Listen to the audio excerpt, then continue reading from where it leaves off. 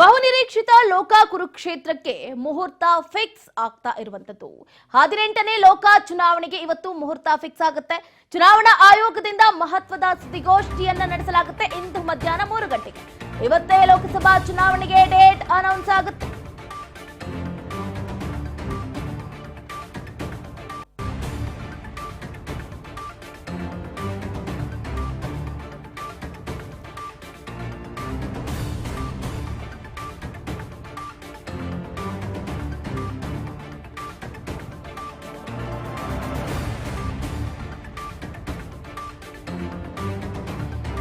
ಇಂದು ಮಧ್ಯಾಹ್ನ 3ಕ್ಕೆ ದೆಹಲಿಯ ವಿಜ್ಞಾನ್ ಭವನದಲ್ಲಿ ಸುದ್ದಿಗೋಷ್ಠಿಯನ್ನ ಆಯೋಜನೆ ಮಾಡಲಾಗಿದೆ. ಅಧಿಕಾರಿಗಳಾದಂತಹ ಜ್ಞಾನೇಶ್ ಹಾಗೆ ಸುಖಬೀರ್ ಸಂಧು ಉಪಸ್ಥಿತಿಯಲ್ಲಿ ಇವತ್ತು ಬಹುನಿರೀಕ್ಷಿತ ಲೋಕ ಕುರುಕ್ಷೇತ್ರಕ್ಕೆ ಮುಹೂರ್ತವನ್ನ ಫಿಕ್ಸ್ ಮಾಡಲಾಗುತ್ತೆ. ಇಂದು ಮಧ್ಯಾಹ್ನ 3 ಗಂಟೆಗೆ ಚುನಾವಣಾ ಆಯೋಗ ಲೋಕಸಭಾ ಚುನಾವಣೆಗೆ ದಿನಾಂಕ ಕೂಡ ನಿಗದಿ ಮಾಡಲಿದೆ. ಲೋಕಸಭಾ ಚುನಾವಣೆಯ ವೇಳಾಪಟ್ಟಿಯನ್ನ ಚುನಾವಣಾ ಆಯೋಗ ಇವತ್ತು ಮಧ್ಯಾಹ್ನ 3 ಗಂಟೆಗೆ ಪ್ರಕಟಿಸಲಿರುವಂತದ್ದು. ಈ ಪ್ರಕಟಣೆಯನ್ನ ಎಸಿಐನ ಸಾಮಾಜಿಕ ಮಾಧ್ಯಮ ವೇದಿಕೆಗಳಲ್ಲೂ ಕೂಡ ನೇರ ಪ್ರಸಾರದಲ್ಲಿ ನೋಡಬಹುದಾಗುತ್ತೆ. 2024ರ ಲೋಕಸಭಾ ಚುನಾವಣೆಗೆ ಯಾವಾಗ ಡೇಟ್ ಅನೌನ್ಸ್ ಆಗುತ್ತೆ ಅಂತ ಎಲ್ಲರೂ ಕೂಡ ಕಾತರದಿಂದ ಕಾಯ್ತಾ ಇದ್ವಿ. ಆದ್ರೆ ಇವತ್ತು ಡೇಟ್ ಅನೌನ್ಸ್ ಆಗುತ್ತೆ.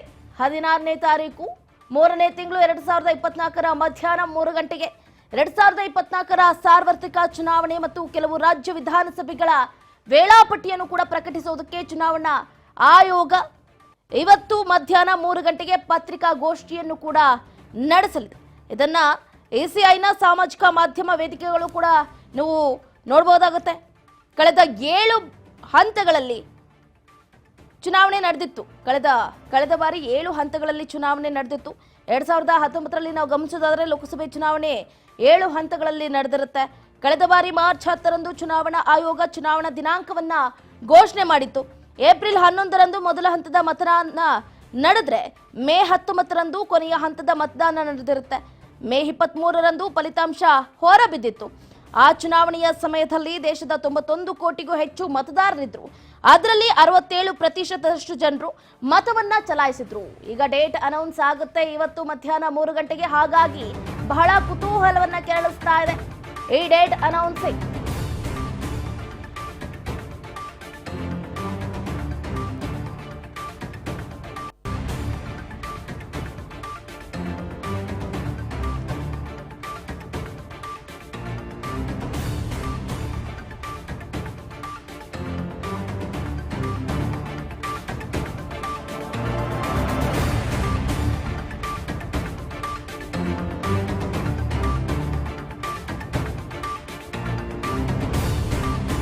ದೇಶದ ಒಟ್ಟು 543 ಲೋಕಸಭೆ ಕ್ಷೇತ್ರಗಳಿಗೆ ಚುನಾವಣೆ ನಡೆಯಲಿದೆ. ಒಂದಲ್ಲ ಎರಡಲ್ಲ, ಬರೋಬ್ಬರಿ 543 ಲೋಕಸಭೆ ಕ್ಷೇತ್ರಗಳಿಗೆ ಚುನಾವಣೆ ನಡೆಯುತ್ತೆ. ಕರ್ನಾಟಕದಲ್ಲಿ 2 ಹಂತದ ಮತದಾನ ನಡೆಯುವಂತಹ ಸಾಧ್ಯತೆಯೂ ಕೂಡ ಇರುವಂತದ್ದು. ಒಂದೇ ಹಂತದಲ್ಲಿ ನಡೆಯೋದಿಲ್ಲ. ಕರ್ನಾಟಕದಲ್ಲಿ 2 ಹಂತದಲ್ಲಿ ಮತದಾನ ನಡೆಯುವಂತಹ ಸಾಧ್ಯತೆ ಇದೆ. ಕೆಲವು ರಾಜ್ಯಗಳಲ್ಲಿ 2 ಅಥವಾ 3 ಹಂತಗಳಲ್ಲಿ ಚುನಾವಣೆ ನಡೆಯಬಹುದು. ಕೆಲವು ಕ್ರಿಟಿಕಲ್ ಇರುವಂತಹ ರಾಜ್ಯಗಳಲ್ಲಿ ಮಾತ್ರ 2 ಅಥವಾ 3 ಹಂತಗಳಲ್ಲಿ ಚುನಾವಣೆ ನಡೆಯಬಹುದು ಅಂತ ಹೇಳಲಾಗ್ತಾ ಇರುವಂತದ್ದು. ಲೋಕಸಭೆ ಚುನಾವಣೆಗೆ ಅದರ ಜೊತೆನೆ ಅಸೆಂಬ್ಲಿ ಎಲೆಕ್ಷನ್ ಕೂಡ ನಡೆಯಬಹುದು. ಅರುಣಾಚಲ ಪ್ರದೇಶ ಆಗಿರಬಹುದು, ಆಂಧ್ರ ಪ್ರದೇಶ ಆಗಿರಬಹುದು, ಒಡಿಶಾ, ಸಿಕ್ಕಿಂ, ಜಮ್ಮು ಕಾಶ್ಮೀರ ವಿಧಾನಸಭೆ ಚುನಾವಣೆ ಘೋಷಣೆ ಆಗುವಂತಹ ಸಾಧ್ಯತೆ ಇರುವಂತದ್ದು. ಒಟ್ಟಾರೆಯಾಗಿ ಇತ್ತ ಒಂದು ಕಡೆ ಪ್ರಧಾನಿ ನರೇಂದ್ರ ಮೋದಿ ನೇತೃತ್ವದ ಸರ್ಕಾರ 3ನೇ ಬಾರಿ ಅಧಿಕಾರದ ಚುಕ್ಕಾಣಿಯನ್ನ ಹಿಡಿಯುವಂತಹ ನಿರೀಕ್ಷೆಯಲ್ಲಿದೆ.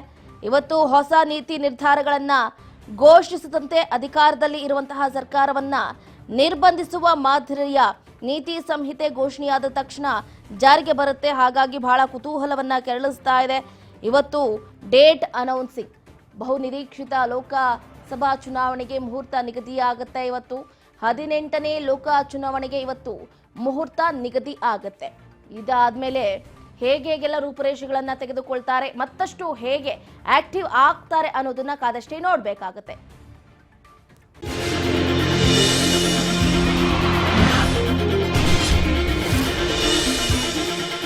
ಇದೆ